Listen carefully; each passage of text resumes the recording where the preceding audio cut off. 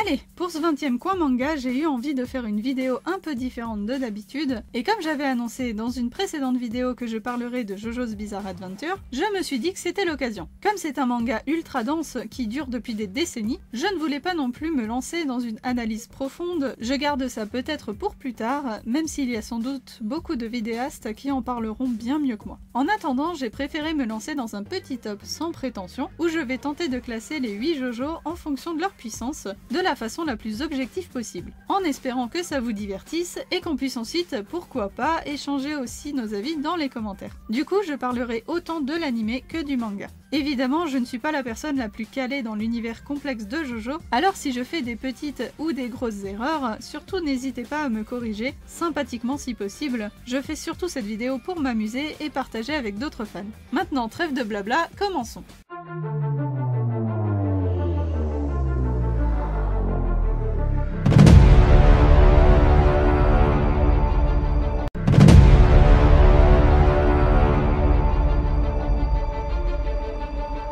Huitième position, Jonathan Joestar. Honnêtement, ça m'a fait mal au cœur parce que si on avait fait un top des gentlemen ou des personnages que Dio a le plus enquiquiné dans leur vie, il serait directement numéro 1. Mais dans ce top-ci, on parle de puissance et de technique de combat, et du coup ce brave et gentil Jonathan ne fait pas le poids face à ses descendances. Mais on lui pardonne parce que c'est jamais facile de passer le premier. Je veux dire, en général, le héros commence son aventure en étant plutôt faible, c'est normal, mais quand tu es victime d'un décès précoce à la fin de ton arc, c'est compliqué de continuer à améliorer tes compétences. Et c'est d'autant plus rageant quand ton ennemi juré continue pépouze son petit bonhomme de chemin pour aller pourrir la vie de toute ta lignée. Enfin bon, Jonathan Joestar est une force de la nature à échelle humaine avec son 1m95 et ses 105 kg de muscles saillants, et sa maîtrise presque naturelle de l'onde est intéressante, mais loin d'égaler certains maîtres en la matière. C'est dommage qu'on n'ait pas pu le voir en action avec son stand, The Passion, mais étant donné que son habilité est de prédire le futur des membres de sa famille, en tout cas d'après le light novel George Joestar, je ne pense pas qu'il aurait été très utile en combat, sauf s'il s'en sert comme fouet ou comme moyen de déplacement à la limite, façon Joseph. Et tiens, puisqu'on parle de Joseph, 7ème position, Joseph Joestar. Si l'humour était une arme, c'est lui qui serait premier du classement. Mais sa meilleure alliée reste bien entendu son intelligence, et il nous l'a prouvé à maintes reprises, autant dans la partie 2 que la partie 3. Par contre, on est d'accord, il est jamais apparu dans la partie 4, n'est-ce pas ? N'est-ce pas ? En tout cas, en tant que Jojo a la meilleure longévité, on peut le féliciter aussi. Il arrive toujours à venir à bout de ses ennemis par des pirouettes très imaginatives, et il peut remercier son stand, Hermit Purple, en plus de l'onde qu'il sera le dernier de la lignée à utiliser malheureusement, qu'il a tiré d'affaire plus d'une fois. Par contre, je ne suis pas sûre que ce serait suffisant s'il devait affronter les Jojo plus haut dans le top, ce qui lui vaut cette petite place plutôt basse. Mais ne t'en fais pas Joseph, tu restes le Jojo qui m'a le plus ému de toute la saga. 6ème position, Kujo Jolin. J'ai grincé des dents de la placer ici, mais je dois rester objective. Toute merveilleuse et ingénieuse qu'elle soit, et elle l'est, j'ai décidé de classer tout ce beau monde en termes de puissance, et Stone Free, son stand, bien qu'intéressant, n'est malheureusement pas le stand le plus puissant de la famille. Par contre, il est probablement celui dont l'utilisation peut être la plus variée, ne dépendant que de l'imagination débordante et incroyable de sa manieuse.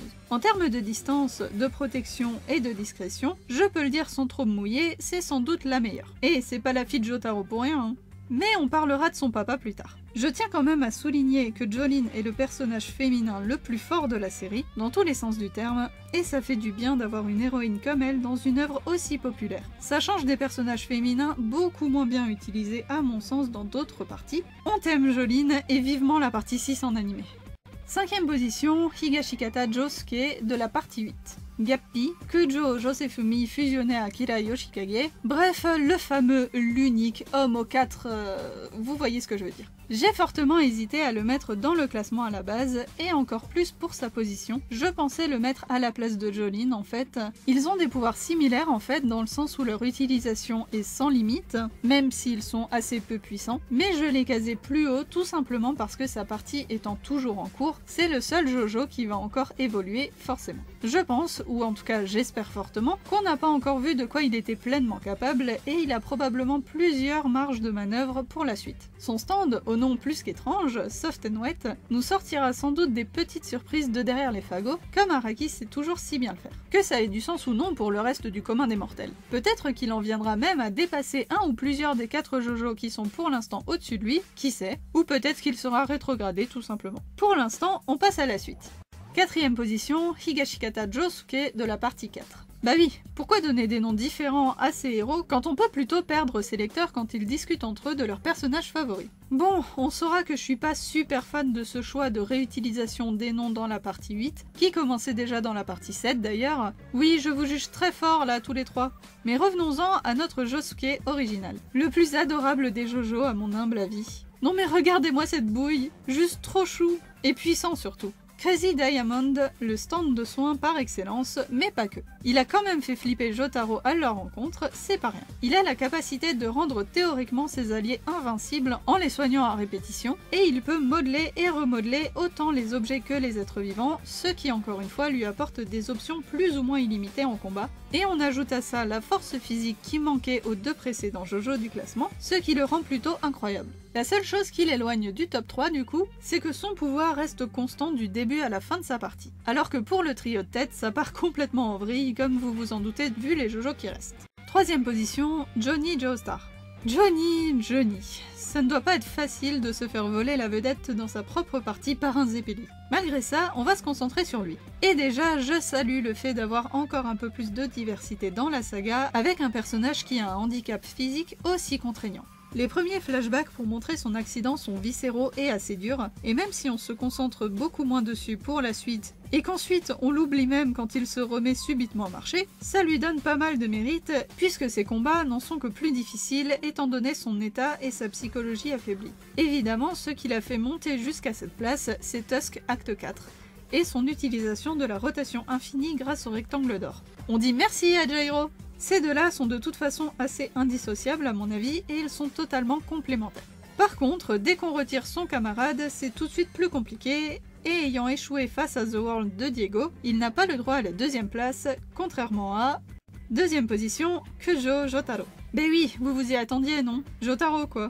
Déjà, rien qu'avec son stand Star Platinum, il est ultra puissant de par sa force de caractère inébranlable, mais en plus, on lui rajoute les capacités de The World. Il est craint et respecté par tous les personnages qu'il croise, et il est connu de la plupart des manieurs alors qu'il ne les a même jamais rencontrés. Il est resté totalement invaincu jusqu'à la partie 6, sachant que c'est le JoJo qui apparaît le plus, toutes parties confondues. La classe incarnée, c'est un super badass. Quel homme! Mais qui donc a bien pu lui griller la politesse et être en tête du classement? Le suspense est insoutenable. 1ère position, Giorno Giovanna. La surprise est totale, pas vrai? Pas vrai. Gueule d'expérience Requiem quoi. J'ai vraiment besoin d'argumenter? Oui. Bon. Son pouvoir est plutôt compliqué à appréhender, mais globalement, il annule totalement la volonté et les actions de ses adversaires. Qu'est-ce que vous voulez faire contre ça? Même Pucci, qui a battu Jotaro, bah il se le serait mis dans le baba son reboot universel si Giorno avait été là. Hein. Il aurait fini comme Diavolo, moi je vous le dis. Hein. Et on n'aurait pas eu Irene. Oui, la fin de la partie 6 est absolument incroyable, mais elle m'a énormément frustrée, désolée.